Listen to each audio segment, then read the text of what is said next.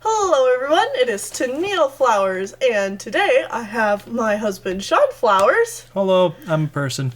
here, and we are going to talk about our Disney vacation, because we didn't take a whole lot of pictures while we were at the parks, because neither of us are really picture-taking kind of people, and we want a way to look back and remember this, and also since you guys helped out so much giving me commission money and stuff like that, we figured it'd be fun to share our experiences about the trip with you guys. So Yeah, I think we took 3 photos. yeah, we're really bad at it.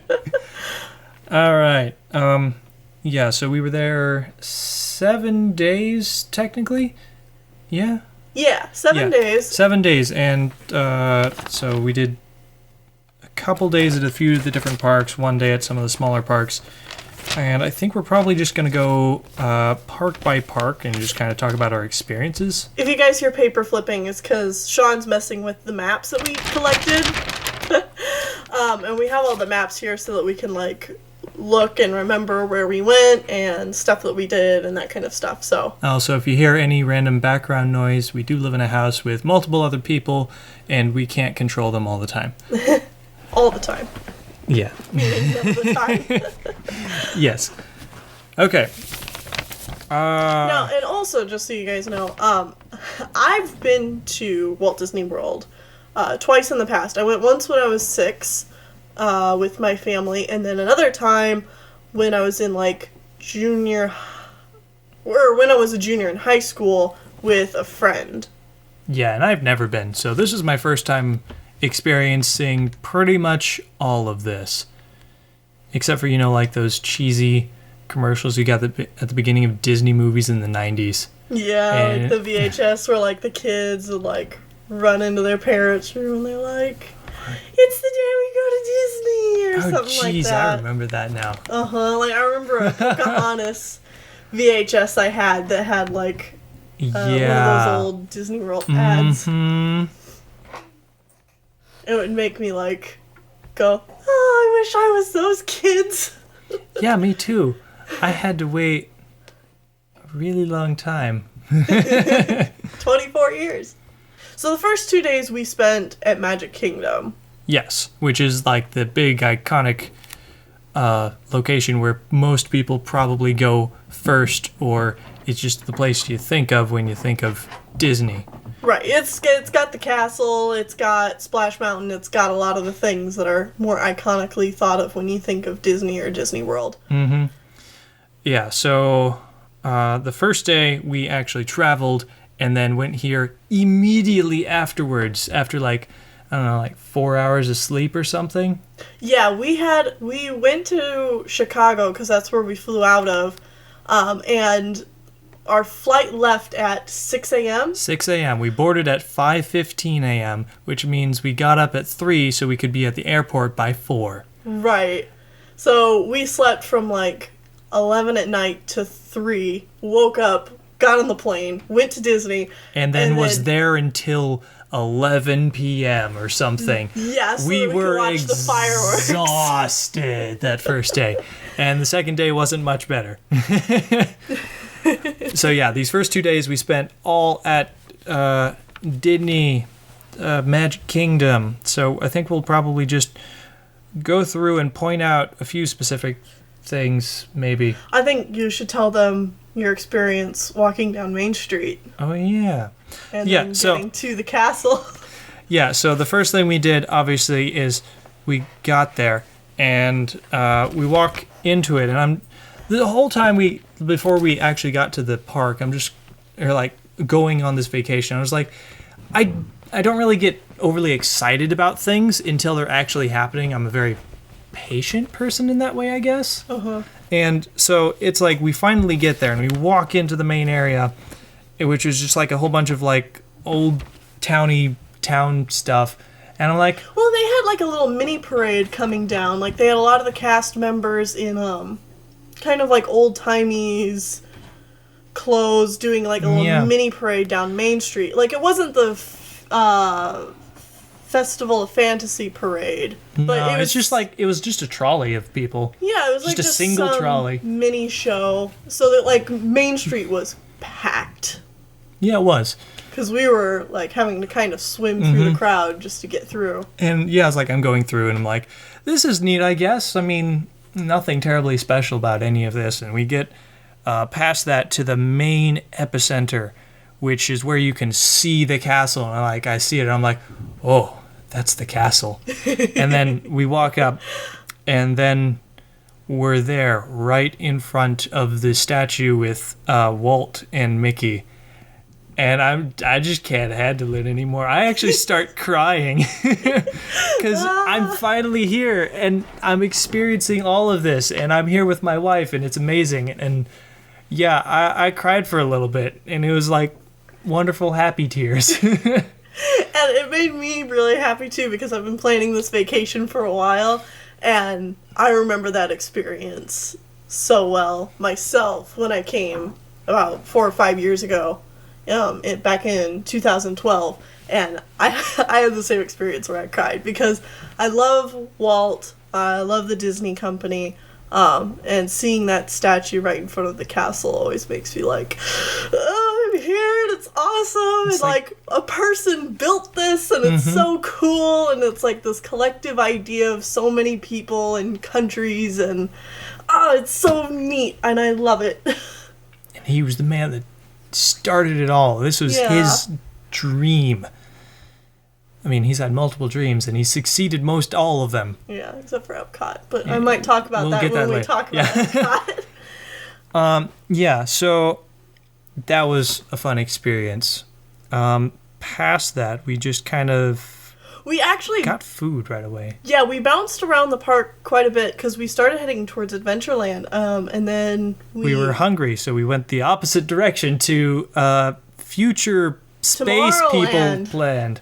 Which you can never say right. It's Tomorrowland, which is kind of... It shouldn't be called Tomorrowland. It should be called the 60s idea of what tomorrow will look like, which is not anything like what we think tomorrow will look like, but I can understand why they just continue with Tomorrowland, because that's a rather long name. Yeah. So we actually only really did a couple things there. First, we ate, and we got, like, basic burgers, and holy cow, that was a good burger. I mean, you had it several times, actually. Yeah, like, I mean, throughout...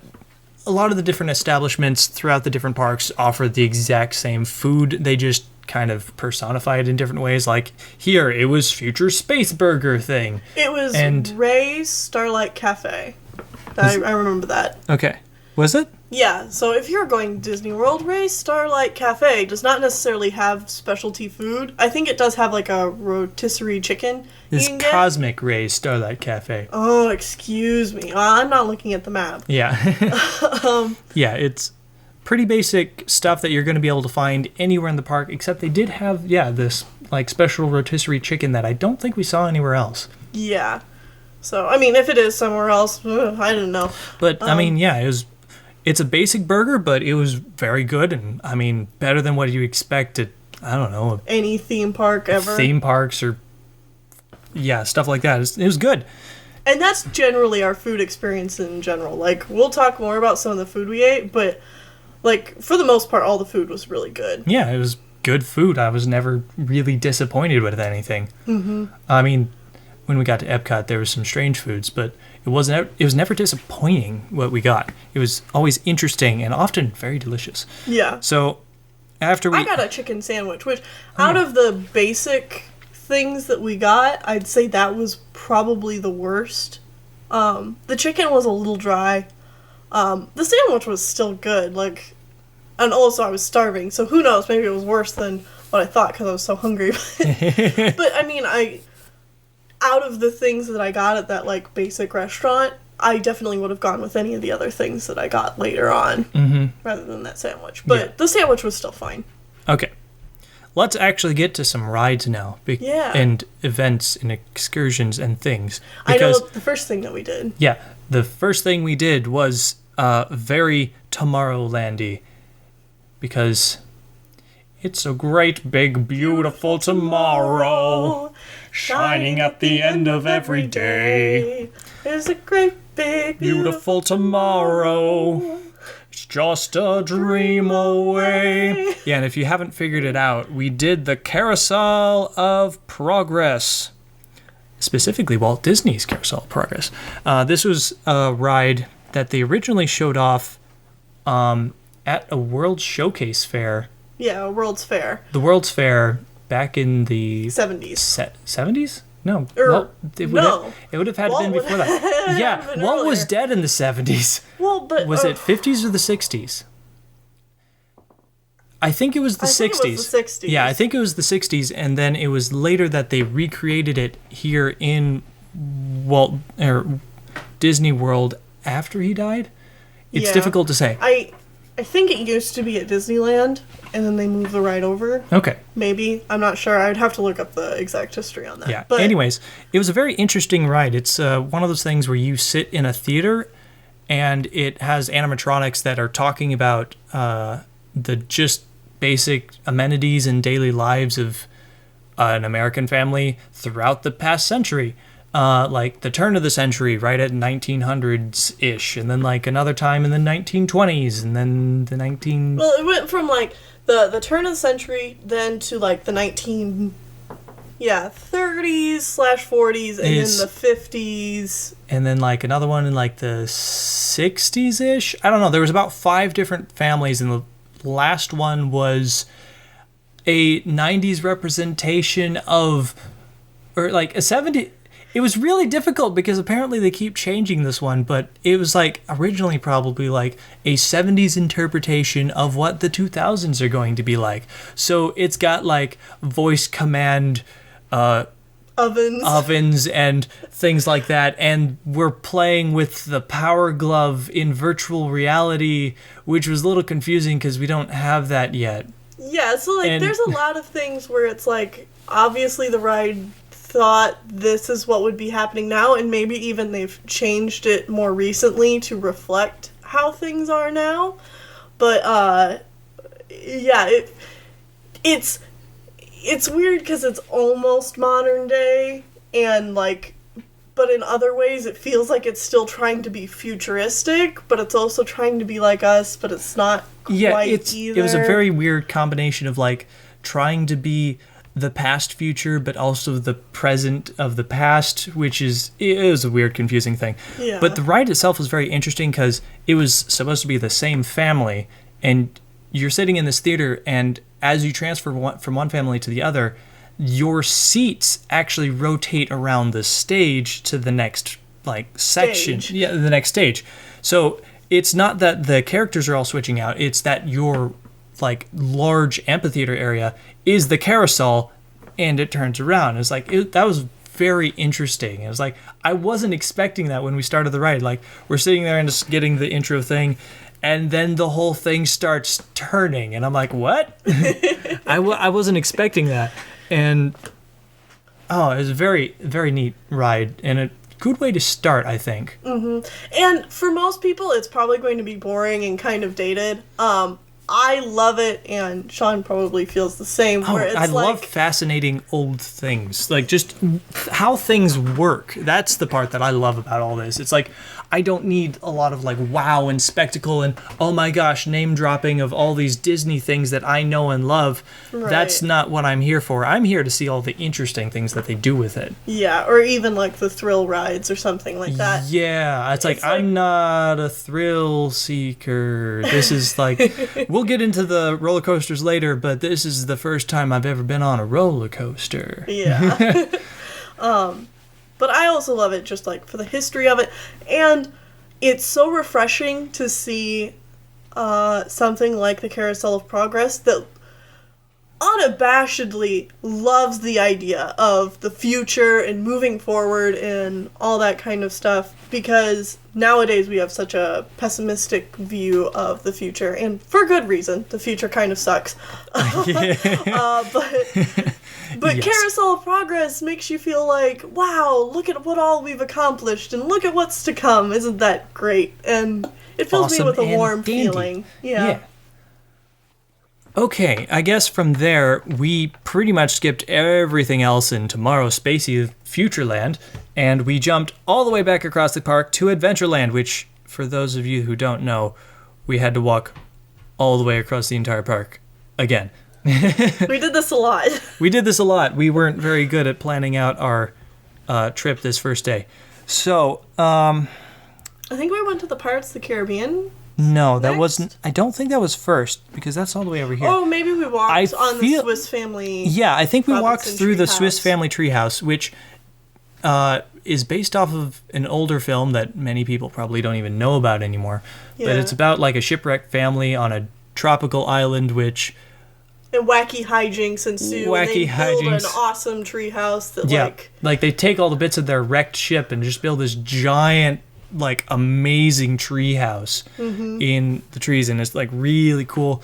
So you get to just walk through the whole thing. There's like no wait line or anything. I mean, Yeah, it's not a ride. It's just like something you can walk through and see, and they've got like things set up and Yeah, like, like- little exhibits of it where it's like examples of what the rooms looked like in the movie, and like this is their eating area, and it's just very interesting. Honestly, the thing I remember most about this film has nothing to do with the treehouse, but of course there's a bunch of random wild animals, like African animals on this random island. Yeah. Because, you know, it's old-timey times and why not? So they're having a race of some sort, and I don't even remember why they have the race. I think it's just because... Just for shits and giggles, I guess. Yeah, also, we're adults and we'll curse every now and again. It's gonna happen. Yeah. But anyways, yeah, they're riding ostriches. And I just remembered some of the audio commentary of all things about this film, where one of the actors is talking about the behind the scenes on that scene where the ostrich tamer, keeper, however you want to call it, is like Whatever. telling this kid who was like probably a teenager at the time, he's telling him, all right, you need to be very careful around ostriches. You need to stay behind it. Never get in front of it, because an ostrich can kick your head off. Just straight up. So And like the actor. so the actor doesn't really remember the scene at all. He was just terrified that he was going to lose his head. Like it was like a it's like that's a memory. Yeah. I think if as a kid I was doing that too, I'd be pretty terrified of ostriches from yeah, that point yeah. forward. So Everyone else who probably went up to this kid was like, oh my gosh, you know, I always wanted to ride an ostrich after seeing that scene in the movie, and the actor kid is just like no way. Yeah, so after that we were thinking of going on the Jungle Cruise, but it was like a 60-minute wait. And since I'd been on to Disney before, I was like, trust me, we'll come back to this ride, and if we end up missing it, it's okay. Yeah. We did end up coming back to it the next day, though, so Yeah. we may as well Yeah, we'll talk about it now. I guess before we get any farther, I guess I'll say that our experience with wait times was actually really good. Yeah, if you want to go to Disney World, right now around, like, the... Fall. Yeah, in fall and, like, October, November times, if you want to avoid waits in the lines, really good time to go. Because, seriously, the longest line we had to wait for was about 80 minutes. 80 minutes, and that was on one ride for one day. Past that, we were able to get into rides at longest 30, maybe 40 minutes for the long waits. There's a lot of rides in the different parks that we were just like, oh, it says 5 or 10 minutes, but it was literally just the time it took you to walk through all the turnstiles and get all the way up to the front and get on the ride. Yeah, like, there seriously weren't anybody, like... Later in some of the other parks, it's like we walked straight up to somewhere and like Just nobody got else on. was there. It's like we maybe had a couple people behind us. There's or a couple something of rides like that, I mean, like we'll talk about it later, but they change every time you ride it. We could have just gotten on the ride, gotten off, and gotten immediately back on it. Honestly, Yeah. if the people riding the ride were okay with it, we could have just sat on the ride. Yeah. That's how empty some of these rides were. But anyways, we'll get to that later. Yeah, so the Jungle Cruise. I'm glad we got to go back on it because it's stupid fun, but Do you like dad jokes? Do you like dad jokes? Because that was the this ride. The whole thing was just the person piloting the boat, which they were doing very unconvincingly. Oh yeah, I remember it's last time we had a guy who was like a tour guide or whatever who was like really into telling the dad jokes. The guy this time around was not so much into it. He like right off the bat was like, "Yep, these jokes aren't getting any better, folks." And they were all he just kind of like went through the lines as he's supposed to, and I mean, they're dad jokes, so they're not going to land very well anyways. It didn't help as Shawn and I were sitting right in front of him, and Shawn, like, almost every single time this guy made a joke, Shawn's just like, oh, God. Like, I just slow pan look at Tennelle like, are you serious? Is this what we're doing right now? And I'm trying to be supportive to this poor guy. He's just doing his job, so I groan chuckle at all his jokes. So I mean, I'm enjoying how bad these jokes are. It's not that I'm not enjoying the ride. Yeah. It's just my reaction to them is just an automatic kind of groany like. That's just how I react. I mean, the animatronics are nice. Yeah, the ride had a bunch of like various African animals who aren't supposed to be there, of course. Did you know? On like yeah, just cool animatronics. Walt originally wanted it to actually have real animals. Yeah, I think I saw that much later throughout the course of our time there. There was something talking about it. Yeah, they had a video there explaining it. But yeah, Walt originally wanted Jungle Cruise to have real animals and not animatronic ones, and that's not safe. That's not safe in any way. And on top of that, it just wasn't plausible. Yeah. It just wouldn't work. Yeah. But yeah, the ride was neat. I mean, it's just got a bunch of various African-y jungle shenanigans that go on, and people tell bad jokes, and it's an amusing ride. Yeah. Then we got on Pirates of the Caribbean. Yes. And then we got to do the Pirates of the Caribbean ride, which was like the first big ride of the first day. Yeah. It's like, this is the one I've heard about quite a bit. There's a giant movie series about it. You probably figured out you probably know that this thing exists. Yeah.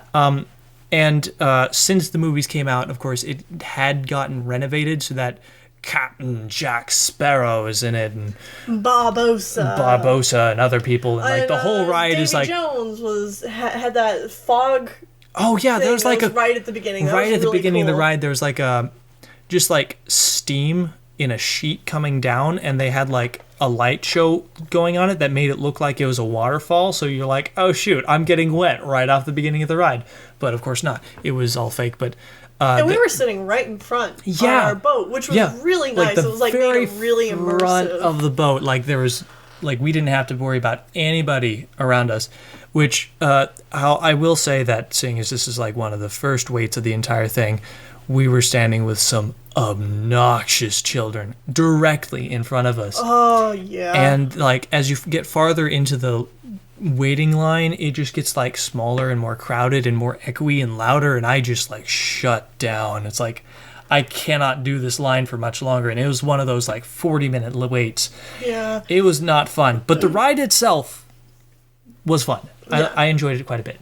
We got stuck behind a couple of different obnoxious kids. Yeah, and it was always on like the longer waits. Yeah, it was always the longer waits that we got stuck behind obnoxious children, which for the most part we didn't really run into a whole bunch of obnoxious children. It's just like on these few specific rides where they had the long waits, we had these terrible children who would not sit still, and they were always screaming and like pulling on their parents, and it's like the parents are so fed up with their kid, and it's only like 10:30 in the morning. It's like, oh no. It was like these parents didn't want to discipline their kids on the Disney World trip, obviously, but They needed a good smack. Yeah, these parents needed to take their kids aside and just be like, you need to calm down, or at least behave yourself, because you're like ruining this experience for other people. Yeah, and I mean, we were not rude, and we weren't like, oh, your kids are like awful and stuff. Like, we were generally courteous to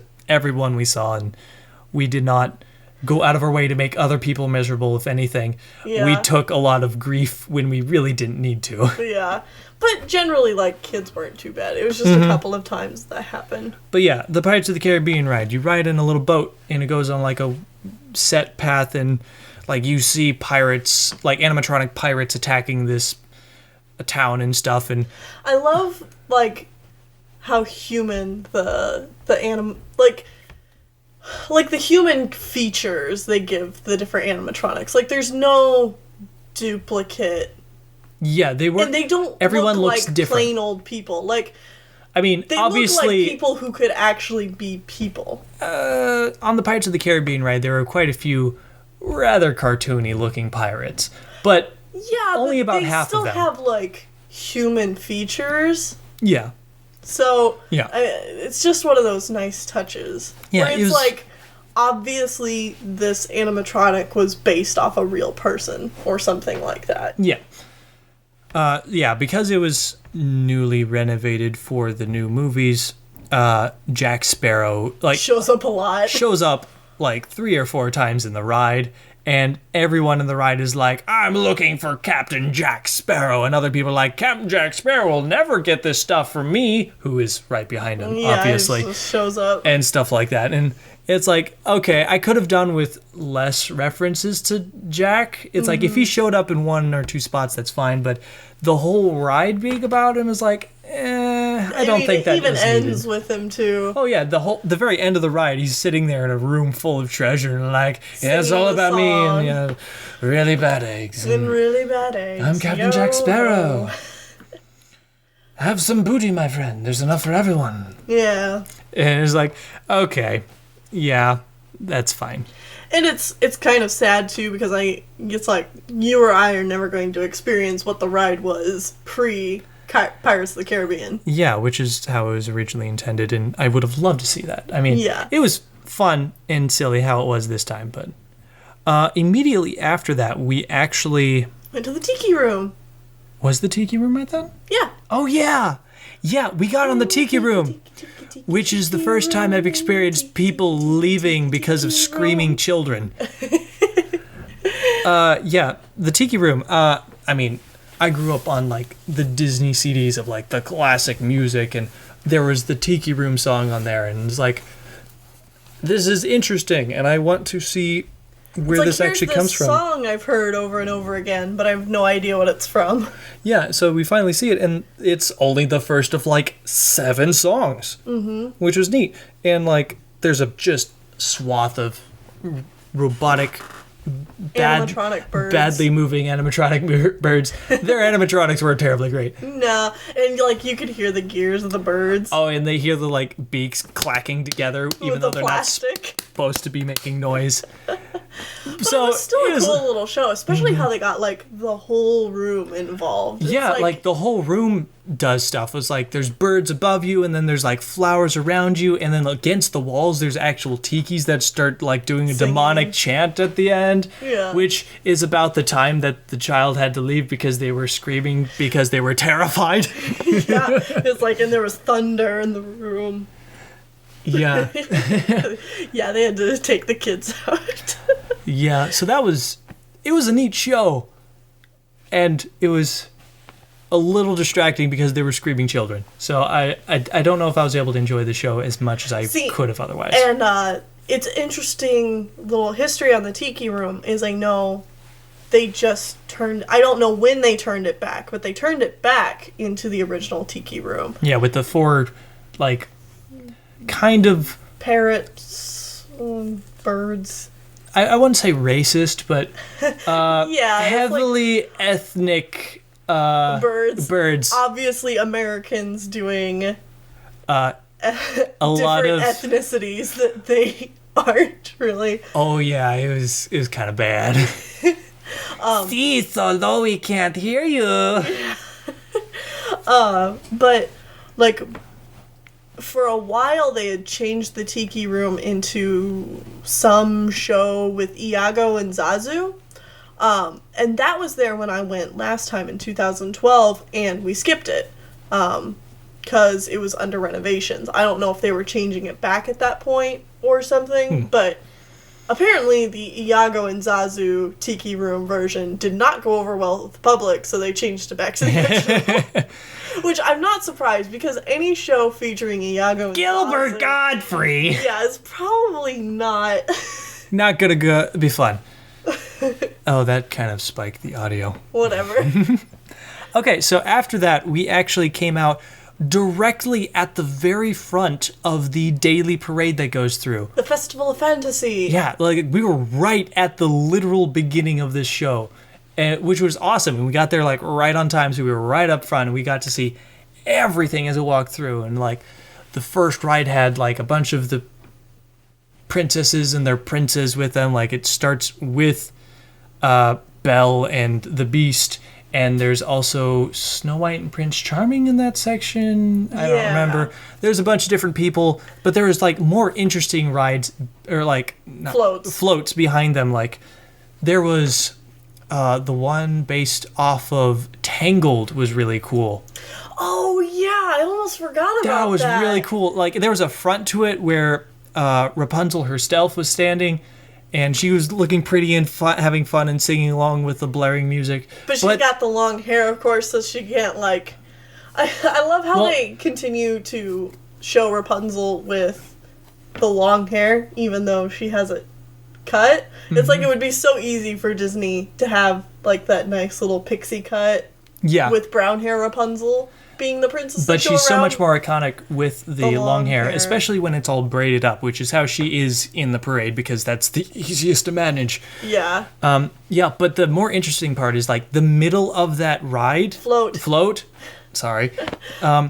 Was a bunch of like swinging axes and hammers and stuff, and it had like characters from the Snuggly Duckling. Yeah, like the different barbarian guys actually using their real momentum to rock this thing back and forth, and they're just like holding on by a little rope and like swinging their whole bodies, like practically flying off of these things. And Eugene's back there too. Yeah, Eugene is there with like a big giant like plastic Max on the opposite side of his. Yeah.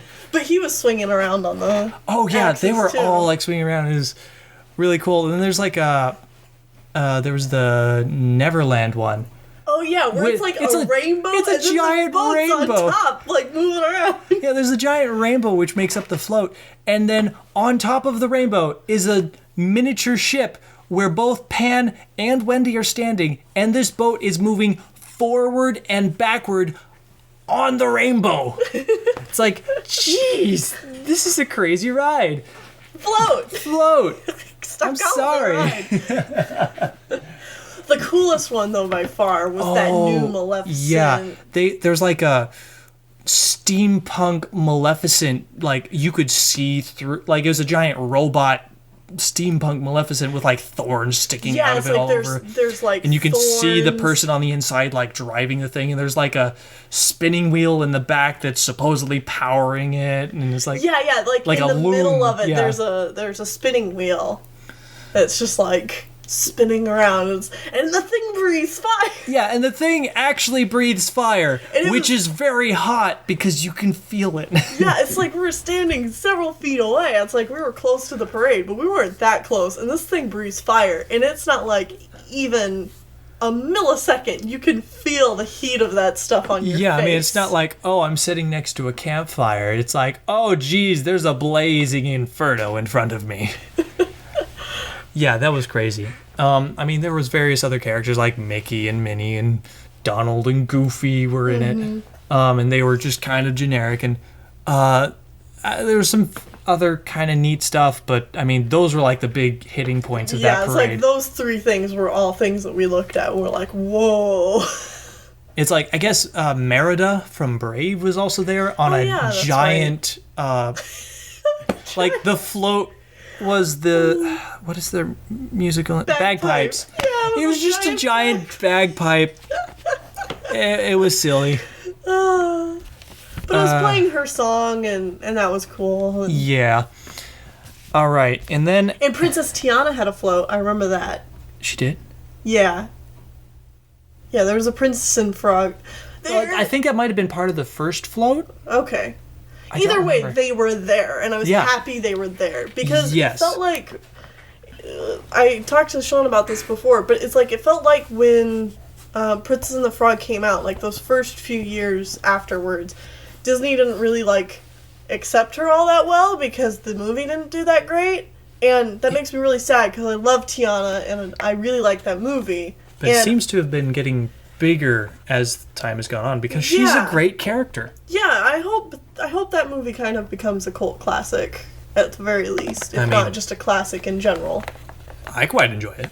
Yeah. I mean, it certainly has its flaws, but... Oh, yeah. But anyways, after that, we went on another ride with in Frontierland. Yeah, we went to Frontierland, and there was another long wait with dark enclosed places with noisy children. Like, this happened back to back, and I was like, oh, geez, the whole trip better not be like this, because, like, both of these rides, I, like, with so little sleep, I just, like, shut down. I'm like... just like hunched against the wall and like I can't do this type of thing. But yeah, the ride itself was Splash Mountain, based off of Brer Fox and Brer Bear and Brer Bear and Brer Rabbit. Yeah. We spoke this different names at the same time, which I mean are all characters actually from Song of the South, but which most people don't know what that is because Disney tries to forget they made it. Which is hilarious that they then so long later decided to make a ride based off of it, but yeah, make a ride based off of it, and it's one of their most popular rides too. Yeah, it was like there's no way they could ever get rid of Splash Mountain because for those unaware, people love Splash Mountain. Yeah, for those unaware, it's your generic log ride, except it's very well done. Yeah, and they're telling like the story of Brer Rabbit, Brer Fox, Brer Bear while you're going on the ride, and there's a 50-foot drop. Yeah. Which makes it look like you're going into a bunch of, like, a bramble pit, which is... The Briar Patch. The Briar Patch, which is, like, a big part of the story. It's like, I never actually watched the movie, but I had, like, a giant storybook as a kid that, like, told all the different various Brer stories, but with, like, no inclination that these were all being told by an old black slave man. Because, you know, this book was made in the 80s... or 90s. Well, but... And Disney is like, oh, we'll cut that part out a bit. But I guess I don't know too much about the history of the Brer stories. I think their stories are longer. Like, okay. They aren't tied specifically to Song of the South. But these were like the Disney characters. Yes. Like in the book. Yeah. Like they were the Disney versions. It was produced by Disney. Yeah. So... I mean, if I remember correctly, like, at the front and the back, there's, like, a cabin with, like, the silhouette of the guy that tells the stories. Yeah. But, I mean, there's not a whole lot past that about it in the book. It's just the stories. So they make reference to zippity-doo-dah, zippity-yay, which is another song everybody knows but doesn't know where it's from. Yeah. My, oh my, what a wonderful day. Plenty of sunshine heading my way. Yeah, but we ended up doing Splash Mountain twice. Yeah, we did it once that day, and we came back again the other day because we had done pretty much everything we wanted to do, so we rode it again. And the second time we had a less... We were in line for so little time. Yeah, it was like the first time was another 30, 40-minute wait. The second time was like 15 minutes. Yeah. It's maybe like 20. We had a little bit of a wait, but that was it. But, yeah, there was no screaming kids the second time. It was fine. And you got really wet the first time. Oh, yeah, I got soaked the first time. And Tennelle, who's sitting right next to me, got, like, sprinkled. Yeah, I felt like my glasses got wet. That was it. Yeah, so the next time when we got on, we actually were in the exact same row. So I made sure that she sat where I sat last time. And she got kind of wet. Yeah, barely. It's not fair. The other big ride in Frontierland, which is... Big Thunder Mountain. Yeah. They closed that down for renovations. I hear that they are making it more like the Disneyland counterpart, which recently got renovations that, like, made it better. Okay. But I was sad that we missed out on that one because I hear a lot of people say that, like, Big Thunder Mountain was, like, their first roller coaster, and it really helped them, like, get used to roller coasters in general. Well, it didn't exist. It was shut down. I didn't ride it. Yeah. I rode it last time. So it's a fun ride. Yeah, you don't get to get my experience of roller coaster phobia on that one. Yeah. And then we skipped over Tom Sawyer's island of kind of mediocre boringness. Yeah. Because I've had more than enough Tom Sawyer. Tom Sawyer and just kind of like Podunk America.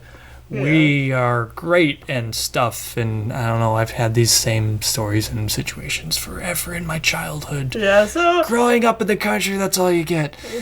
Yeah, it's like we can do Tom Sawyer's Island anytime we want, so we skipped that. Yeah, we just skipped right over that, and we actually kind of sprinted, not literally sprinted, but sprinted through the rest of, like, Frontierland and went straight to Liberty Square. Most of the rest of Frontierland There's is like food and shops, but we did stop at what is it? Is it Pecos Bill? Oh yeah, the second day we stopped. Oh, let's see. I think it's Pecos Bill Tall Tale Inn and Cafe. Yeah, we got nachos there, which were really good. Yeah, like really good nachos. I mean, and they even had a whole bunch of stuff on it that I normally would not like on nachos, but I liked it. Mm-hmm. Like we actually ate all the lettuce and tomatoes, and she put salsa on it, which I was okay with because I'm a very plain food person. Like, what I want on my Mexican food is the crunchy chip, the meat, some lettuce, and the cheese. Yeah. That's all I like. We have a pretty plain diet. Yeah. But anyway. But no, we, like, ate everything that was there. It was very delicious. I mean... And the meat actually was kind of spicy. Yeah, it had, like, a vague spiciness to it. I mean, it's not like... Oh, this is spicy, hot. You need, like, a bunch of stuff to... Cool it down. Melt your face. No, it was just... It had just enough spice to know that it had spice on it. Mm-hmm. But it wasn't plain and safe, you know? Which is good for me, because I don't like spicy things. Me neither. At all. Yeah. Not even a little bit. But anyway, we moved on past Frontierland. Straight to Liberty Square and to the Hall of Presidents. No, before we got there, we caught the Muppet Show. the end of like a Muppet Show out some windows. Like literally, they were doing a Muppet Show live out some windows, and I don't know what the story they were doing. Yeah. But I mean, they were trying to reenact some historic moment, but I mean, obviously it's the Muppets, everything goes wrong. Yeah, and Miss Piggy wants a big number that never happens, and yeah, it's great. Yeah, so that was fun. So after that, we did go in and we saw the Hall of Presidents. The Hall of Presidents. For those unaware, this is probably the coolest thing to do with like the president that you're ever going to see. Yeah. Just straight up. It's one of those attractions that a lot of people skip because it's like, oh, Hall of Presidents, I don't give a shit. Walk on. And it's really, really cool, and it's got a lot of interesting history behind it. Mm-hmm. Especially in like the Lincoln animatronic that's there. Yeah. Which is so cool. Oh yeah. For those unaware, what it is you sit in a giant amphitheater and you listen to Morgan Freeman talk about the history of this country and like a few various presidents. Obviously, he points out George Washington and even Andrew Jackson. Andrew Jackson, who's kind of a dumb guy, but I mean, he points him out because of like he's got a lot of interesting history, and very interesting, significance, and obviously like George W. Bush. No, what am I talking about? Sorry. Abraham Lincoln. I'm bad with names. I'm terrible with names. And so, it'll be really interesting listening to Shawn to try and summarize what happens in this because I don't know the presidents very well. He's so terrible in history. But anyways, like obviously it goes over Abraham Lincoln quite a bit, and there's also JFK, right? Yeah. And a Hoover? Sure. No, Roosevelt. Yes. Both Roosevelts. Yeah, it talked about Teddy and then Theodore. No, that's Teddy. Talks about Teddy and Theodore. Oh, yeah. Franklin D. Roosevelt. Franklin Delano Roosevelt. There, you remembered his middle name. Yes, Good because job. I remember writing a paper about this guy once, probably. He had polio and stuff. Yeah, he did have polio and stuff. Anyways, that's neat and all, and Morgan Freeman is obviously good at what he's doing. But the really neat thing is, in the middle of the show, the curtains pull back, and Abraham Lincoln is sitting right there, and he stands up and gives the Gettysburg Address. Yeah. And I kid you not, this is probably the best animatronic I have ever seen. Yeah. Like the minutia and like tiny mannerisms. It's like, how did you do that? That is so good. I mean, there's a few points that you're like, yes, this is obviously still an animatronic, but other times you're like, that's what a human would do. Like that's, I've never seen anything like it. It's one of those things where it's like, it's so obvious people who have done animation worked on this. Oh yeah, because it's people who have studied human motion. movement. Yeah, which you don't get in a whole lot other than, you know, animators who have to do that as their job. Other than that, you get like maybe some physicists or like physicists, physics people. I'm really good at words. And like obviously like anatomy majors.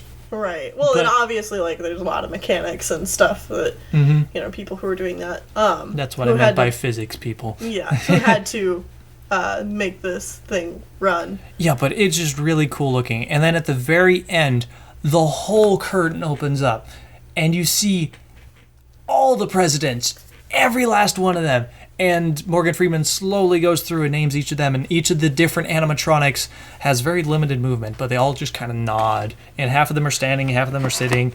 It's just like really neat. And at the very end, the current president, whoever it may be, in our case was Barack Obama, which was awesome. Yeah. He is sworn into office by George Washington himself. Yeah. And then, I mean, I'm not sure how it's worked in the past, but at least for Barack Obama's animatronic, he wrote his own script for that, or his own little speech. His speechwriters wrote it for him, and he's the one that actually delivered it himself. It was Barack Obama's voice that was coming out of the animatronic, and it was really cool. Yeah. Yeah. I'm glad we got there before the election. Yeah. Anyways. I mean, I'm sure they'll have, like, quite a bit afterwards. Oh, yeah. It'll be Obama while they're making the new one. Yeah, so, I mean, if you want to see Obama being sworn in by George Washington, you need to go now. Because it won't last much longer. Yeah. After that, I mean, there wasn't really a whole lot more in Liberty Square. There's Country Bear Jamboree. No, we didn't do that. I hate country. I hate bluegrass. I don't care. We're not doing it. Those animatronics are fugly. Nope. We just skipped right over it. We skipped. I told Shawn that we should skip it because honestly. No, like, I told you we should skip it and you're like, yeah, that's fine. Yeah. It's like, because, you know, and I know some people love the Country Bears. Unless Christopher Walken was involved in any way, I wasn't going to go near that thing. And even then, it would be hard to get me to do it. Yeah. No, I told Shawn that, like, to me, the Country Bear Jamboree is what Lester's Possum Park is parodying in a Goofy movie. With Max loathing it. Yeah. And that's painful to sit through for me. It's like, I know this is a parody, and I know it's supposed to be funny and fun and making fun of it, but it's just like, oh, it's awful. And later, what parade was it that they showed up in? Oh, yeah, that was during the Halloween parade. We'll talk about that later. Okay, but one of the Country Bears, all three of them show up in There's more than just three. There's more than three? I think so. Well, then three of them showed up in the parade, and they look awful. I'm sorry. The big plastic faces. I mean, they're not appealing designs. No. Sorry to everyone who likes them. I'm not. Anyways, we got to the last thing that's in Liberty Square that actually is cool. The Haunted Mansion. Yeah, I love the Haunted Mansion. Yeah, that was really cool. We also rode this one twice. Yeah. And I mean, love it. Yeah, because we had like a 40-minute wait the first time, and it was super busy. And then the second day, there was like a 15-minute wait, and there was like nobody there. No, It was really nice to be able to do that one twice, and I think we got stopped on the ride. Yeah. Both times. And they were very brief. Like, I think we were there for like a minute or two at most. Yeah, I think people had to, like, the Disney cast members had to stop the ride to let, like, somebody handicapped get in or out. Yeah. But I love the Haunted Mansion. The Haunted Mansion has a really neat atmosphere just like all around. Like even when you're in the line, there's like the stagecoach with the invisible horses there, and like you can see like the horse hooves in the cement, and then they've got like the graveyard out in front of the house, which has a whole bunch of like cheesy dark humor jokes about all the people who have died. Yeah, and like here lies Fred, he is dead, and stuff like that. Really silly stuff, some of it. But yeah, it was all really neat, and like the actual ride itself, it's very interesting to try to figure out how they did some of it. It's like especially the giant ballroom, the giant which is ballroom. So cool. I guess I feel like I've heard it somewhere before, and it might be completely incorrect, but my assumption is that as you're going through that scene, above and below you is where the actual animatronics are located, and they're shining lights on mirrors, which actually reflect into the room. Yeah. And that's how they look like they're ghostly apparitions, because they're not actually in there. They're above and below you, making it look like they're there. Yeah. Which is really cool. But they do look like really ghostly. And oh yeah, they look straight up like ghosts, if ghosts were real. Yeah. Which I have no idea. Yeah. Who cares?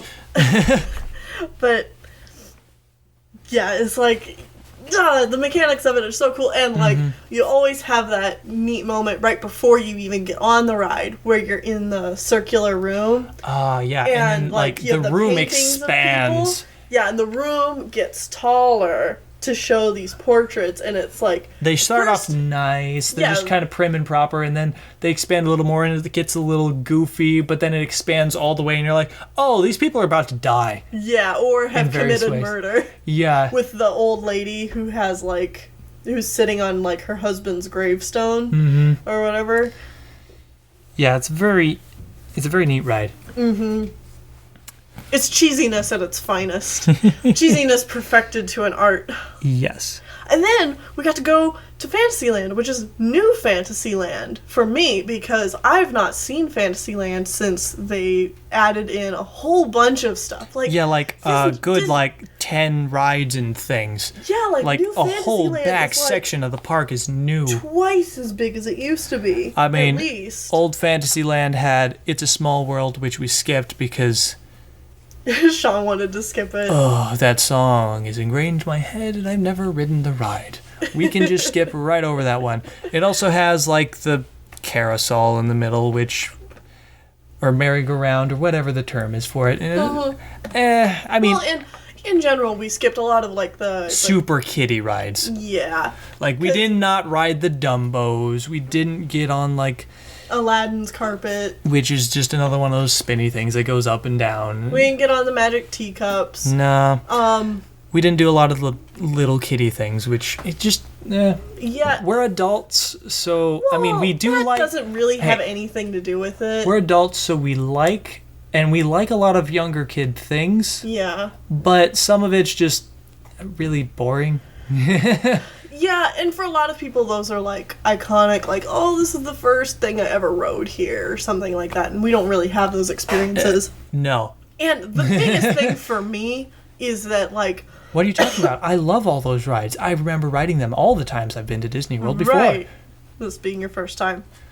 No, the big thing for me with them is that they usually have really long wait times. For what it is. Yeah, and Let me get in a cup and spin a lot until I possibly vomit. Well, and I have to wait. You don't like spinning rides. I like spinning rides. If we're like, let's wait in the line for 60 minutes before we get to do that. Oh, I've got a cough. Have some water. Yeah. So, the first thing we actually did in this area is we went and looked at Beast Castle. Yeah. Like, we just, went up and looked at Beast Castle, which, I mean, there's a super... I think we did a lot of looking the first time the first time we went through, we just looked at a lot of stuff, because, again, really long lines, and the Beast Castle thing has, like, a really cool, like, it looks forced perspective, where it looks like it's really far away when it's just right up there on the ridge, like, 20 feet away. Yeah. And underneath it, there's, like, a super expensive, like, you need to make reservations for this type of restaurant where food starts at a minimum of like $30 each. Yeah, something like that. But Per it's person. the Be Our Guest restaurant. Yeah. And so, I've seen pictures of the inside of this place, and it actually looks like the ballroom that Belle and Beast dance in. which is in neat, the movie, but which is really cool. we didn't go in there because we don't have a reservation. And they even have a dessert called the Gray Stuff. And it doesn't tell you anything about what it is. No, they say it's delicious. That's all. That's all you need to know. Uh-huh. But also, right there next to it is Gaston's Tavern. Oh, yeah, this place was cool. And out front, there's A huge statue of Gaston and LeFou. and, like, there's the little plaque in front of it that says, in commemoration to Gaston, from Gaston. Yeah. Or it's something like that. For all the things I've done for this town, here's a statue of me, from me. Yeah, it's super cheesy. That's actually hokey. a place we actually took a picture. Yeah, we took, like, 2 photos in front of that, one of each of us, except it was at night, so the quality is terrible. Here, look at them. Yeah. Look how bad the quality Oh, is. you're gonna make me edit this. Yes, I am. Oh, dear. And now there's a Dumbo flying across the screen. Woo! Stop it.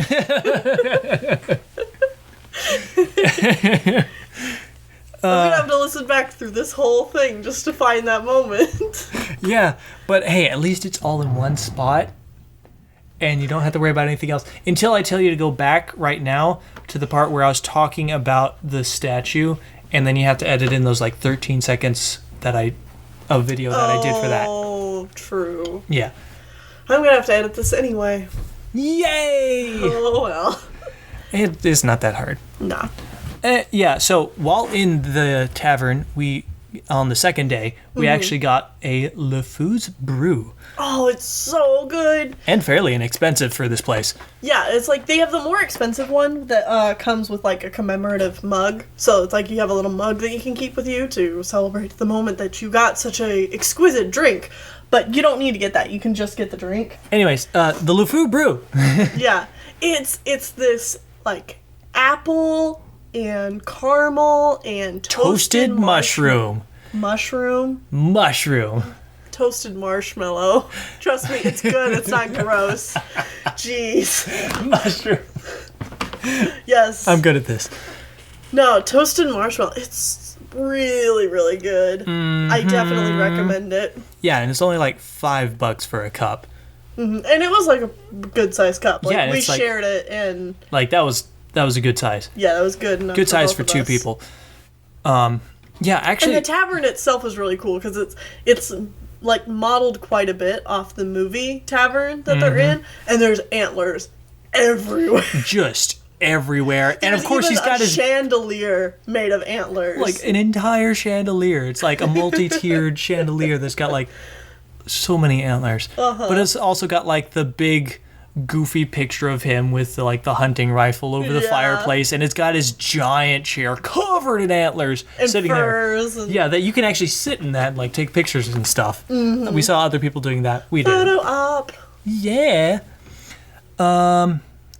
So right there as well was Was Eric's castle. Eric's castle from The Little Mermaid. Oh, and we should also say that right next to Haunted Mansion is yeah. Rapunzel's Tower, which you can't go up to. You just kind of like see it through the treetops, but it's also neat. Like, there's not anything to do with it or anything like that. You could but go it's to the just like- bathroom yeah, you go to the bathroom underneath. because that spot right there was like Snuggly Duckling or like I think it was just town- kind of like the town, yeah, like it's like the town in Tangled and and it's got like It's the just a themed lanterns little hanging up rest there as the area. lights. Yeah, and yeah. So, anyways, back to half of what I love about Disney World is just looking at things. So if we spend a lot more time just talking about like what we see as opposed to like the what rides, we did, you'll understand. don't be surprised because I love like the intricate little details put into places like these. It's Yeah, so I mean, cool. we went into probably about half of the shops and just sat and looked at all the neat stuff you can buy, and we ultimately came out of it with 6 pins, 2 hats, and 2 shirts. Yeah, That's like, all the souvenirs we bought. We didn't get a lot. I mean, we're also poor people, so that's understandable. But yeah, there was Eric's Castle there, which was neat because it led Yeah. to the Little Mermaid ride. which is relatively new because all of this stuff is new here. I don't think it's a new ride. You don't think so? I don't think so. I feel Okay. like that was in old Fantasyland and they moved it. Okay.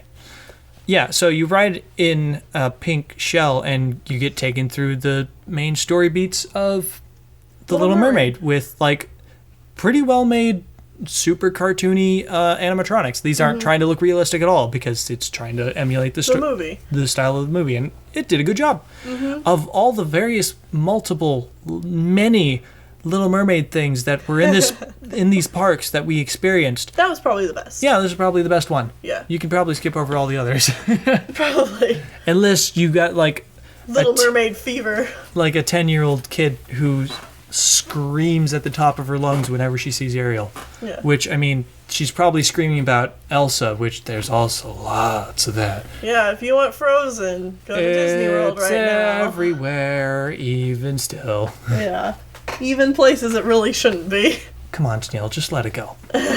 I've let it go. Trust me. Yeah, so that was right there. Right next to it was like a little meet and greet. There's like meet and greets all across all the different parks where you can come meet various different Disney characters from all the different movies, except for, you know, some of the ones that did bad. Yeah. Hey, we saw Bowler Hat Guy. Yeah, that was weird. But anyway. We'll talk about that later. Anyway, with the meet and greets, like we said earlier, we aren't really photos people, so we skipped a lot of the all meet of them. and greets. I mean, most of them you're able to like kind of walk near it, and you can see people meeting and greeting, even if you don't get in the line. They're not like behind closed doors, and you can't see any of this stuff. Yeah. So we're able to see a lot of like the really neat like costumes and like people acting like the characters. which It's I really mean, so cool. everyone that we saw that was in character did a very good job. Yeah. Like, And like last time I was there, Flynn and Rapunzel had like a specific meet and greet off in Fantasyland. And they like did the dance with the kids, and this was back in 2012, so they don't do this anymore. But I specifically remember Rapunzel and Flynn because they acted like their characters so well, and they were so nice to the kids, and the kids were just so like swept up and everything. And they're like, oh, That's and it really was cool. so cute. all right, so yeah, in front, like probably, excuse me, one of the first things you will see when you get into Fantasyland is a roller coaster.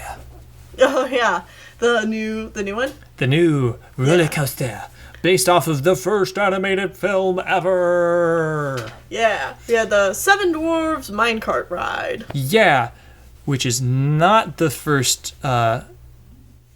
Was it the first? No. We didn't get to that till the second day.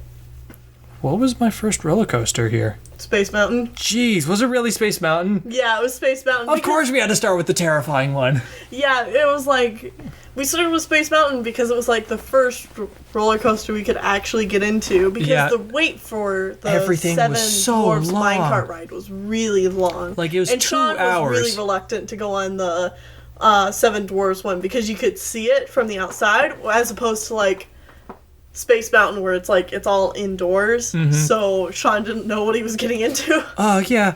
Anyways, we'll get to that in a little bit. We're almost back around to Tomorrowland. tomorrow's Spaceland. It's not space. Future World. No, that's an Epcot. Oh, shoot, it is. Yeah. Darn it. I'm trying to do this on purpose. I hope you realize. But anyways, the minecart ride itself, we had 30-40 minute wait on this one. Which we rode the second day because the first day was like 2 hours. And in general, I think that first day we were there was really busy. It was the busiest day because it was a Saturday, and like there's a thing in the parks where there's extra hours for people staying at the resorts. Mm-hmm. So like well, and it was one of the days that wasn't the Halloween party. Yeah, so so the park was open longer for everybody else. Yeah, so it was very packed that first day. But other than that, it was like we had very minimal crowds. Mm-hmm. I mean, like, there's obviously people around, but like we were saying, the waits for everything were understandably low, and you didn't have to really wait in line too long to get food or anything. It was very nice. Yeah. Again, go and fall generally in the middle of the week, you'll be good. Yeah. So yeah, The Seven Dwarves minecart ride was cool. Yes, it was neat. It was actually very smooth. It's like you could tell it's a new ride because it goes so smooth. Oh yeah, it's like I've been on like kind of kiddie coasters in the past, and they jerk you around like crazy. Like, and it's awful. Yeah. No wait, Space Mountain was not the first ride I won. It was the Goofy one. Oh yeah, the Barnstormer. Yeah, which we'll talk about in just a moment. That was my first one. Yeah. But this one, like, after all those others, this is just super smooth. It just, like, glided along. It was very fun. Yeah, and it's like, the seats you're sitting in are like mine carts, and the mine carts... Actually, they tilt so that it's not as, like, precarious and awful. Right. So it's like when you're going around a turn, the mine cart turns with the velocity you're going at. Yeah, so it makes all the turns feel like super smooth. And like the middle of the ride you go into the caves and like all the dwarves are in there singing hi ho. Yeah. Hi ho. Well, they're just working on the stuff. Yeah. But as you start exiting they're like, time to go home, and hi ho, it's home from work we go. They do the super iconic hi ho. Yeah. Hi ho. Yeah. And then they started on the thing. Yeah. Yeah. And then at the very end of the ride, you see them in their cabin, and they're doing the dance with Snow White. Like as you're waiting to get off, like they're just dancing around with Grumpy's Snow White. there playing the organ or whatever instrument he is playing. I'm not sure. Whatever. Anyways, they're all there, and then as you go by, you see that the witch is standing right out the door, and she's cackling and stuff. It's like, oh geez, you could easily miss that type of thing. Yeah. Because you have to like kind of turn around as you go past to actually see her. Yeah. And it's like, that's really cool. And again, animatronics, great. Atmosphere, pretty good. And since it's a fairly new ride, I wasn't surprised that we had a little bit longer of a wait time. But even still, we rode it that second day. It was a Sunday. 40 minutes? And it was like a 40-minute wait. And that's not bad. Yeah.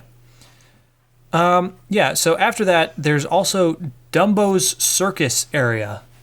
Yeah, there's like just a circus area. It's got like, it's the Dumbo themed stuff. There's a big like circus tent full of merchandise. There's Goofy's Barnstormer, and then there's like Pete's sideshow attraction, which we didn't really do, but as far as I can tell, it just seems like a bunch of meet and greet type stuff. Maybe yeah, there might be like Goofy and Mickey and stuff. Yeah, I mean there might be some other stuff back there, but I mean whatever it was is mostly like people in costumes oriented. So yeah. It did have like posters for characters that you don't see a whole lot. Like it had Clarabelle,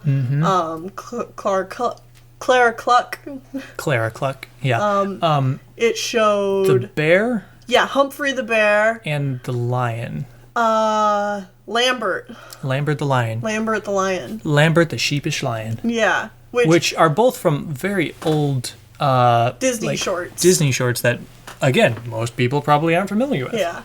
But for those of you who do, it's like, yay, these characters. It's like, it's cool it actually is cool to see all these different references to all these old things.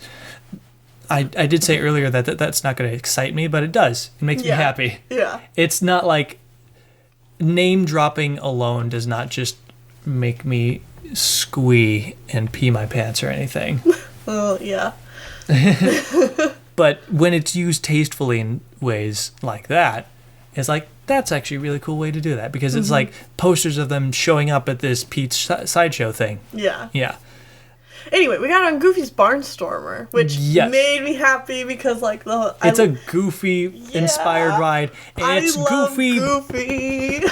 And it's Goofy being Goofy, where things always go wrong. Like if you know any of the old sport shorts, the how-to sports things with Goofy, or like where how to ride a horse, or how everything like just goes wrong with Goofy, and it's all slapstick humor.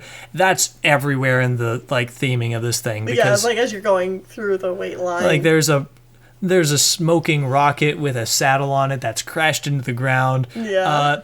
There's various canopies that have Goofy-shaped holes in them that have been restitched together the wrong way. Well, and there's like these trampolines all above the wait line, as if like people are trying to protect you from falling Goofy. goofies.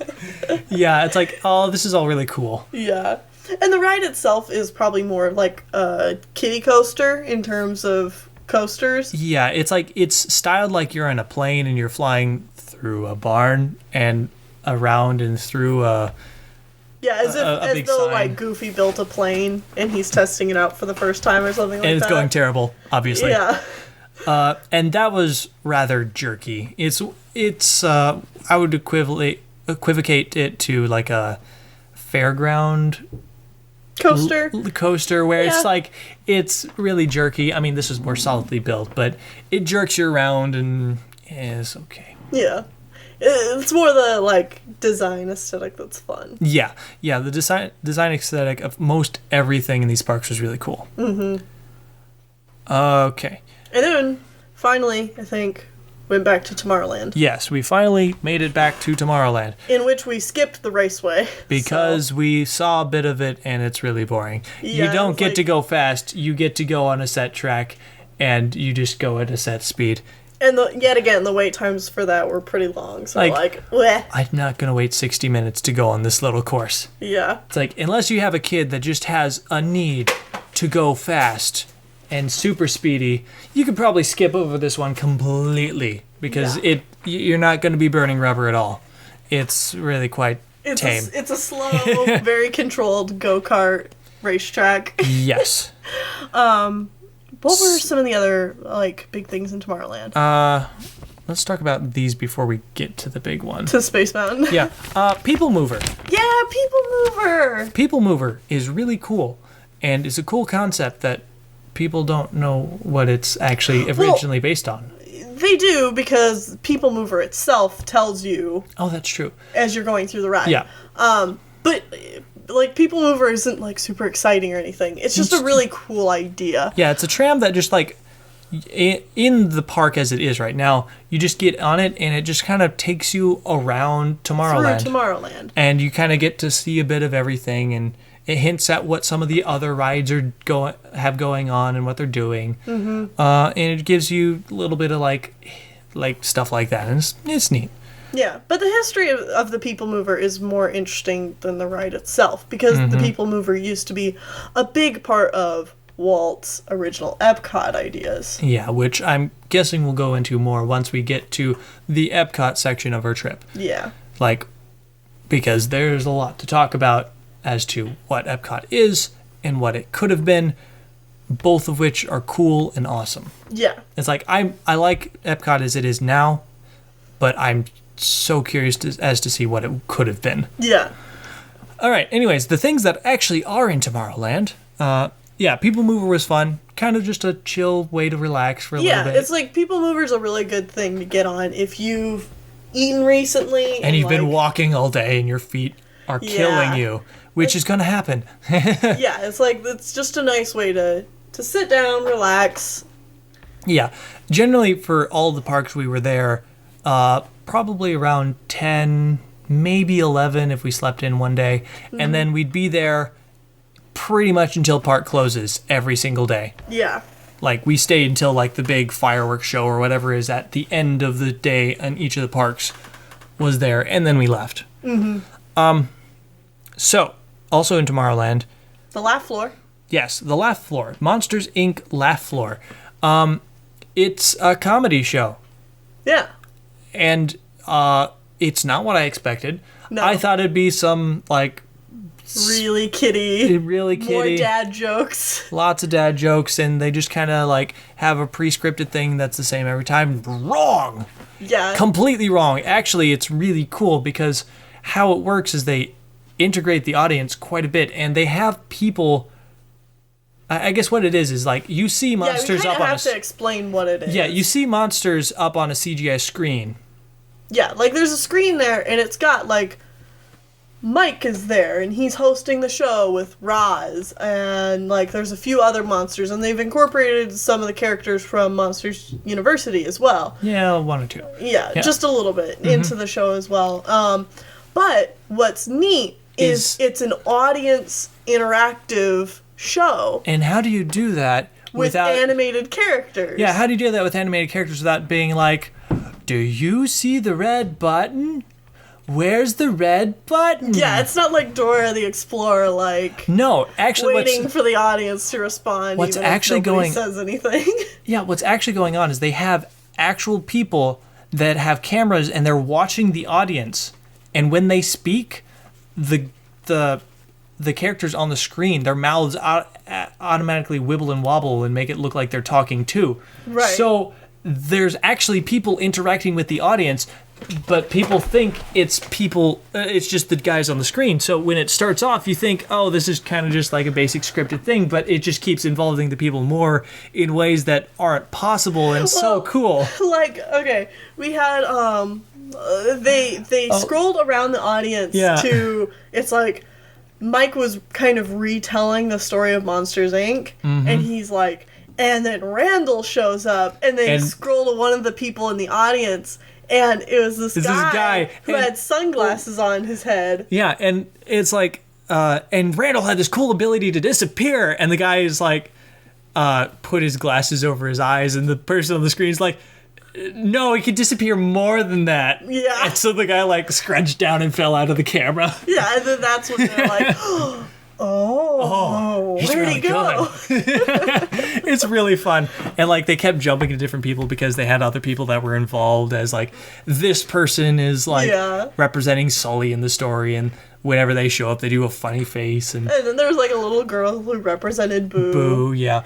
And there was one guy throughout the entire show, and it's like that they just kept picking on. Yeah, it's like, at least you're not this guy. Yeah, which that guy was right behind us, actually. Immediately behind us. It's like, you can kind of see the top of my head whenever they showed that guy. And it was really funny. Because they always used him as like the butt of a joke of like, well, at least you're not this guy type of thing. It was really cool, and it was not what I expected at all. And actually, before you get into the show, there's like a bit of a wait line, and you can text your own jokes. I mean, they're probably only going to choose safe jokes for children, obviously. AKA mostly dad jokes. Oh, yeah, lots of dad jokes. Like, the joke somebody sent in was something along the lines of like, why don't people ever tell jokes about pencils? What's the point? What's the point? That's the joke. Like, that was the joke, and it's like, But, yeah, right. They actually use a few of those jokes, and they actually say who it was that's, like, texted in the joke. Yeah. Which is really cool and neat. And, like, if they know exactly who it was, they'll actually point them out with a camera as well. Yeah. So, yeah, that's really cool. Mm-hmm. It's like better than what you would expect when you first walk in. Yeah, because the impression you get when you first walk in definitely is like, oh, okay, this is the stuff to take my younger kids to. If I was here alone, I probably wouldn't go to this. But no, it's actually worth checking out. Yeah, it's a lot of fun. It's really fun. And be prepared to play along. Yeah. Because if you're not going to play along, it's not going to be as fun. Yeah. That's just going to be the way with a lot of these character interactions or things like that. Mm-hmm. If you don't want to have fun, you won't. Yeah. That's just how it's going to be. So if you want to have fun, you will. Which is always a good mentality to have. Yeah. Right next to it was another thing we did, which was Buzz Lightyear's Space Ranger Spin. Oh, yeah, I almost forgot about this one. Buzz Lightyear, need your help. Kicked your butt. Oh, yeah, I cannot do this one. It's like a little laser tag shooting gallery. Yeah, thing. Except there's no way to aim, and like... Shawn says there's no way to aim. I had serious issues aiming because you pull the trigger and a billion different laser pointer lights show up on the opposite wall because there's like 5 cards around you, and you're like, well, which one was mine? And you have to point at them at specific targets and stuff. And yeah, I did badly. Tennelle stomped me on this one. Interestingly enough, in one of the other parks, there's another Toy Story ride that does a very similar concept, but it works much better. He says because he won that one. No, I think it just works better. No, I actually totally agree with Shawn. It does work better. Well, we'll talk about that one once we get to it. Yeah, I mean, the ride itself was very neat, and it was based off of, like, Buzz Lightyear being a space ranger, and you're fighting off Zurg and stuff like that. It's one that's, like, obviously been around a while.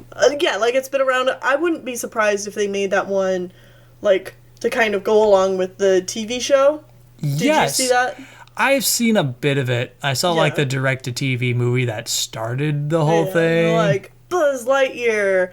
In Star Command. Yeah, in Star Command, and they had to fight Zurg, and it was a cute little show. It was cheesy. Yeah. Yeah. So that's everything in the park. I don't think there's anything else to talk about here. Space Mountain. The ride that people are like in the comments of my last few videos were like, you better ride Space Mountain. Well, let's go to space. We actually rode Space Mountain twice. Yeah. So the first time was the longest wait of all the waits we had to do, which was 80 minutes long. The weird thing about Space Mountain is they have a really cool wait line stuff for you to do. Like, yeah, there's like computer games, essentially, like video games where like you get to like target things and shoot them and like drive around in space, but that's only for like the first little portion. After that, you're in just a giant room with turnstiles that go back and forth, and that's where you're stuck for the majority of those 80 minutes that you're waiting. Right. So it's like, unless you have like a 3-hour wait time, you're not going to be spending time in the cool part of the waiting section. You're going to be spending a good 2 hours just in this giant room going back and forth through the turnstiles, which is not fun because that room gets really loud. And thankfully I didn't shut down as much on that one as the others because this was near the end of the day. I'd gotten kind of more used to it. But yeah, for those unaware, which doesn't seem like very many people, Space Mountain is completely in the dark. Pretty much. You're in the dark on a crazy roller coaster that's probably more active than any other roller coaster in the entire park. Yeah. All of them. And it's like one of those things where once we got off the ride, I told Shawn, it's like, okay, you got through Space Mountain, you can get through anything else here at Disney World because it's probably like the scariest / worst ride. Yeah, I was at the very, very, very back of our cart. And this thing is like small enough and you're zipping around crazy. It's like you can only fit one person beside each other. There is no sitting next to another person. It's just one long tunnel. And I'm at the back, so I can vaguely see where the rest of the cart is going. And I know where we're going, and it's terrifying. It's like the only noise I made through the entire thing is one time I screamed out, "Space!" The cool thing about Space Mountain. Oh, yeah. There are little lights everywhere that make it look like you're rushing past stars, and like on some of the larger walls in the distance, like they have like giant planets dully lit against it, like where you can see it, but because it's so dark, it's like you can't tell where the walls are, and it's like you can, because there's lights on every last little thing everywhere, you see stars whipping past you and you're like, oh god, how close am I to all these walls and like holding bars, and like how easily can I hurt myself and die? That won't happen. You're at Disney World.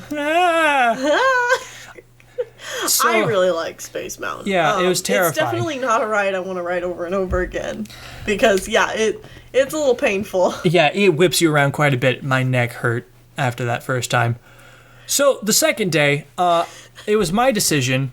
I was like, you know what? Because we were there for the Halloween parade. Yeah, so it and was like the Halloween celebration. We had done most everything, and it was dying down. I'm like, you know what? Let's try Space Mountain again. Maybe I'll enjoy it more the second time. And I was like, you want to ride Space Mountain again? Whoa, cool. Like, yeah, okay. sure. I mean, it's only got like a 20-minute wait time. Yeah, and so we got on really quick. One thing I need to let you know ahead of time is I have a caffeine dependency. Oh, if I don't have caffeine, generally some sort of soda pop or whatever. Sody pop, soda, whatever you want to call it. Yeah. A Coca-Cola in this case. Early enough in the day, I get a splitting headache by the end of the day.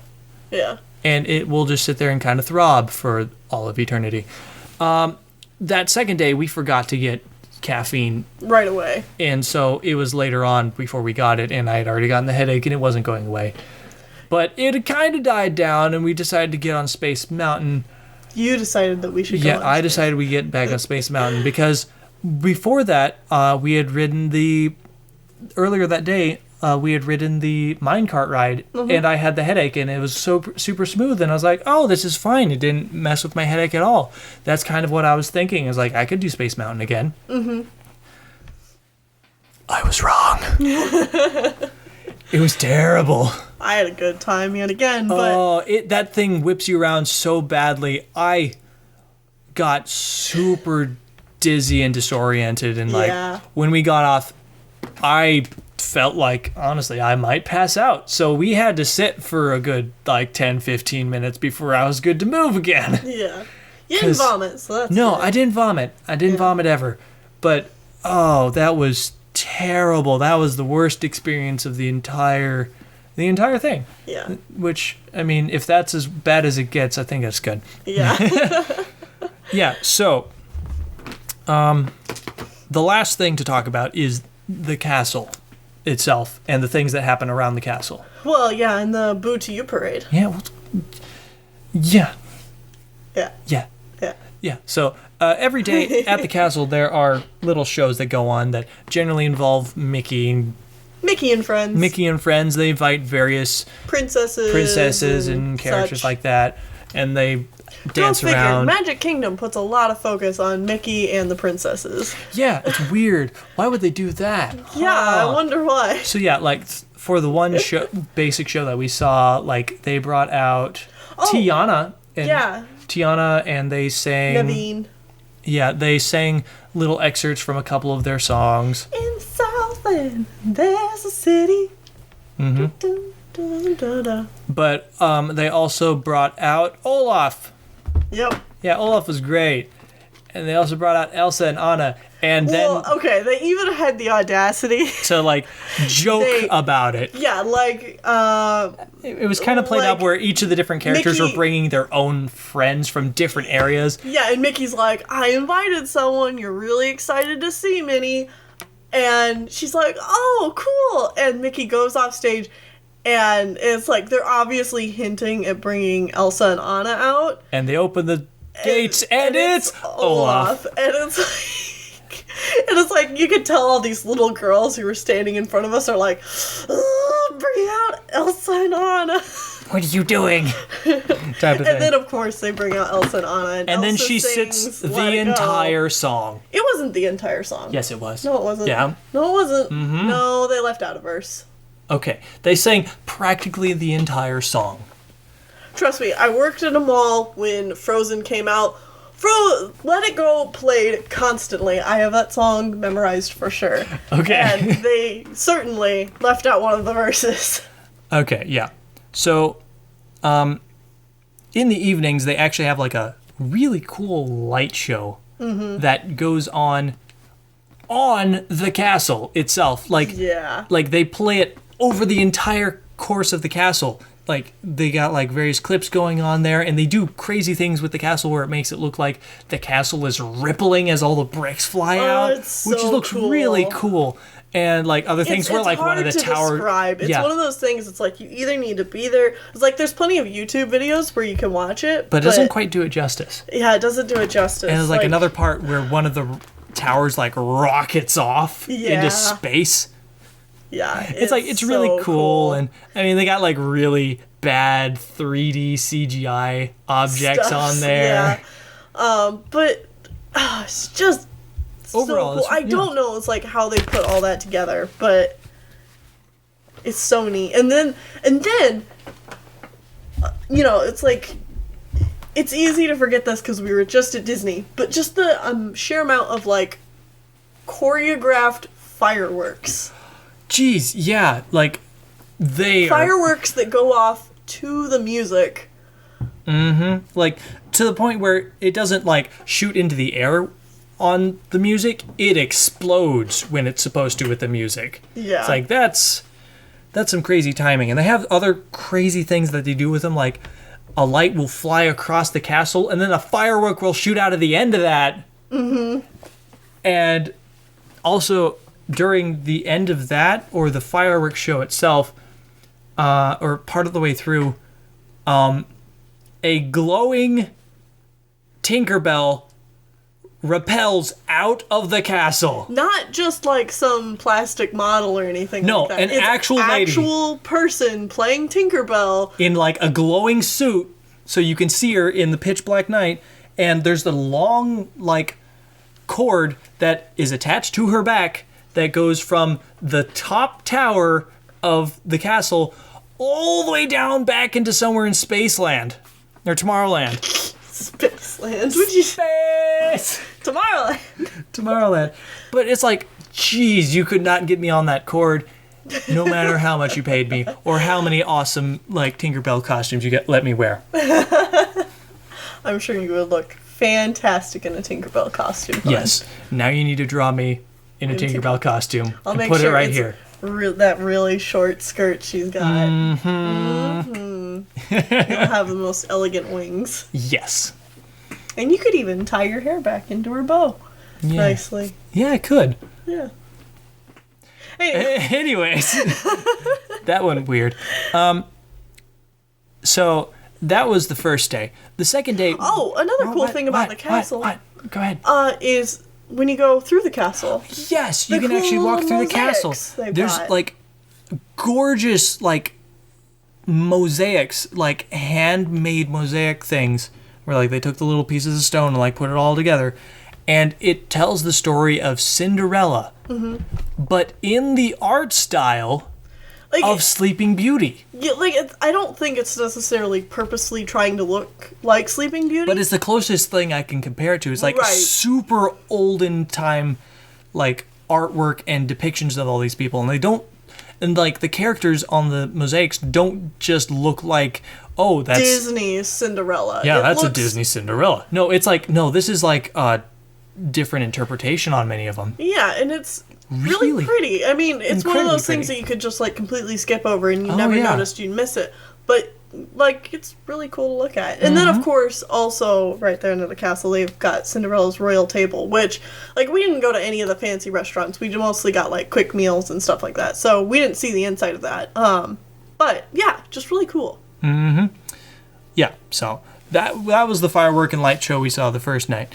The second night was one of the various Halloween Mickey's Not So Scary Halloween party, and Boo to you and boo to you and boo to you and boo to you and boo. Happy Halloween. boo to you and boo to you and boo to you and boo to you and you. Happy Halloween. That was the song that played during the parade I love it. on loop for 20 minutes. It was great. And the whole thing started with, I guess we didn't really explain, but on specific days you have to buy an extra special ticket to get into the parks after 7 o'clock Yeah, for the Halloween party specifically.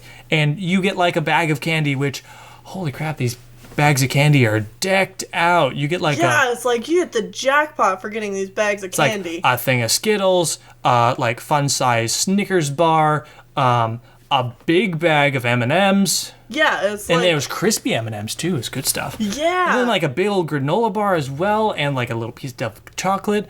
And that's your starting bag. Yeah, that's just the starting bag they give you. And like there's little kiosks everywhere throughout Magic Kingdom. It's like you can take kids trick-or-treating and get a crap ton of candy. Yeah, because at each of these other places, you don't holy just... cow. These other places don't just give you like 1 or 2 more pieces of candy.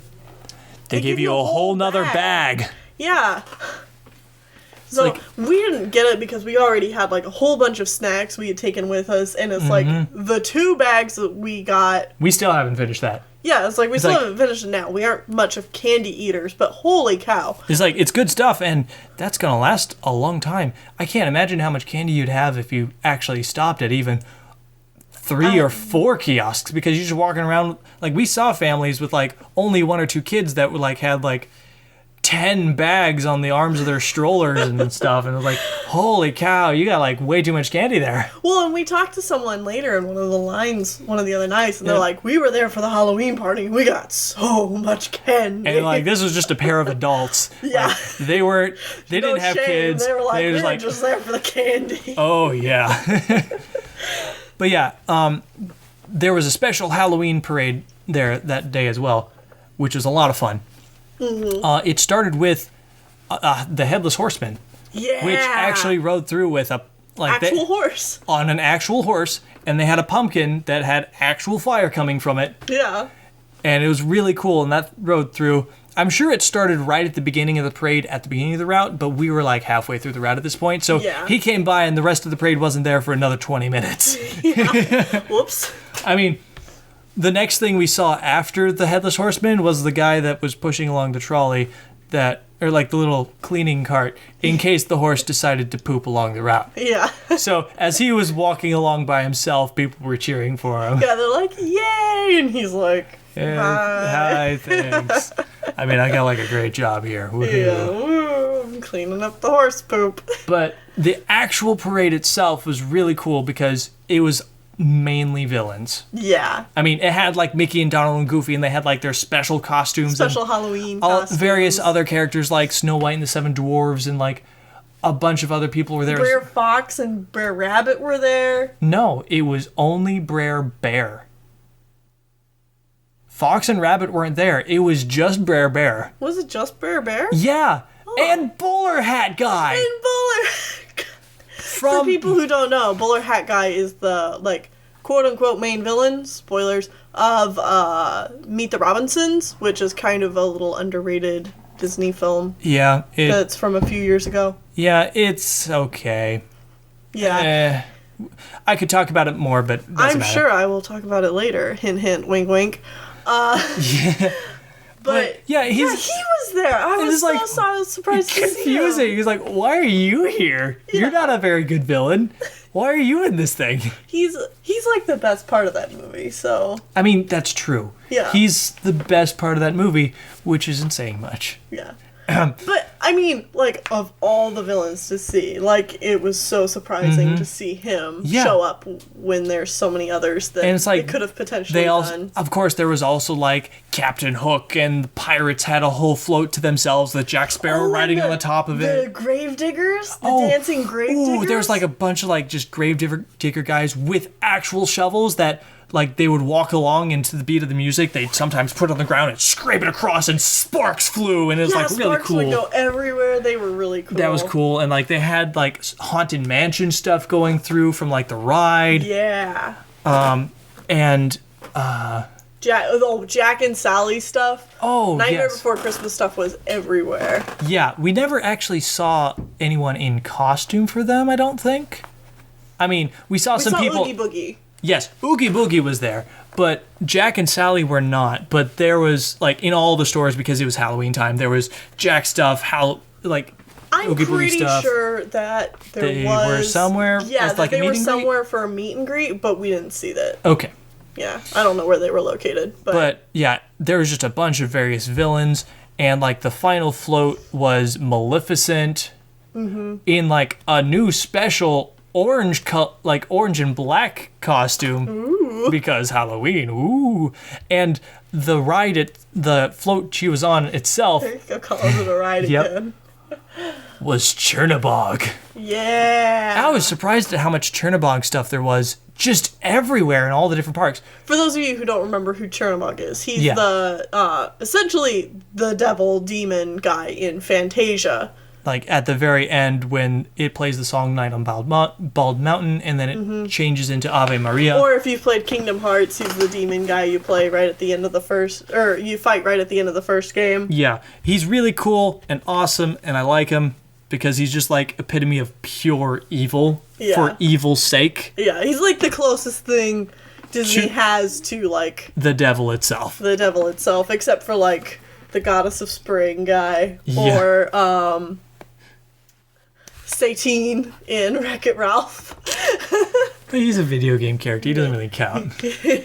Whatever. Thanks, Satan. It's Satine. Satine. Yeah, actually, there was a little bit of Wreck-It Ralph stuff on the light show as well. And in the Halloween Version of it. Yeah, in the Halloween parade. Actually, yeah, and the Halloween parade, like, because there was a cart going along with, or like a dump truck where it had some random person driving it, but then there was Ralph himself, like somebody in like a big old costume with like giant doofy hands and stuff. Yeah. And it was like a bunch of candy in the back. And also, what's her face? What is her name? Oh gosh. Jumbleberry Snacker Crackers. Snacker Crackers. No. Oh my god. Bumble Snatch. Oh, geez, stop. That's terrible. Oh, I'm bad. Anyways, while she's figuring it out, she was riding along on like a big old candy machine that was like covered in candy and like looked like it could shoot candy out. Vanellope. Yes, yeah, she was there. In like a big, like it was supposed to be like one of her go-karts or something for Sugar Rush. But it's super large and elaborate. Had, like the Sugar Rush characters. Oh yeah, too, like there was a bunch of Sugar Rush characters in that section of the parade, like just running around, like dancing with like candy canes and stuff. Yeah, that was neat. Yeah, and then on the back of the very end of the parade, on the back of the Chernabog float. Mm-hmm. Was the evil queen. Was the evil queen with the mirror there with her. Yeah. Yeah. That was cool. Yeah. And the lady who was playing the evil queen like really looked like the evil queen lady. Yes. Hey, we still got a whole fireworks show to go through. I know. Because and another show. Oh yeah. Because the Halloween nights that they have, they do a special show out in front of the Disney Castle, and they also do special like the light up the castle and fireworks show. Mm-hmm. Which is Wishes, but it's like Hollow Wishes for Halloween. Yeah. So it has more like villains that come in and like do stuff and mess with it. Yeah. It's about the same, but like different colored it's really close to Wishes, but it's slightly different. I think it's a little cooler. Okay. Yeah. But really neat. The final show that we saw out front was the... Do you remember? I can't remember what it's called. Hocus Pocus. Hocus Pocus. Yes. It's the Hocus Pocus Witches sister show, and they get three people come out and who play the three sisters, and they did a very good job of representing those three characters. Oh yeah, it was a ton of fun. Now Shawn hadn't seen Hocus Pocus. Until the very next night. No, it was that night. It was that night. It was that night on Halloween. Yeah, or not on Halloween because we were there the day before. That's what I'm saying. It was the day after that. Yeah. We like went back and turned on the TV, and it was on, so I watched it, and it was the first time I had experienced that movie, which, it's a movie. It's a silly movie. Uh-huh. But, yeah, no, the Hocus Pocus girls, like, they were, in a lot of these... Spot on for the characters. Yeah, in a lot of these, like, shows, because the people are in costumes and stuff, they don't actually say any of the words. Like, that's all pre-scripted, and they just act along. Pre-recorded stuff, and they just act along with it.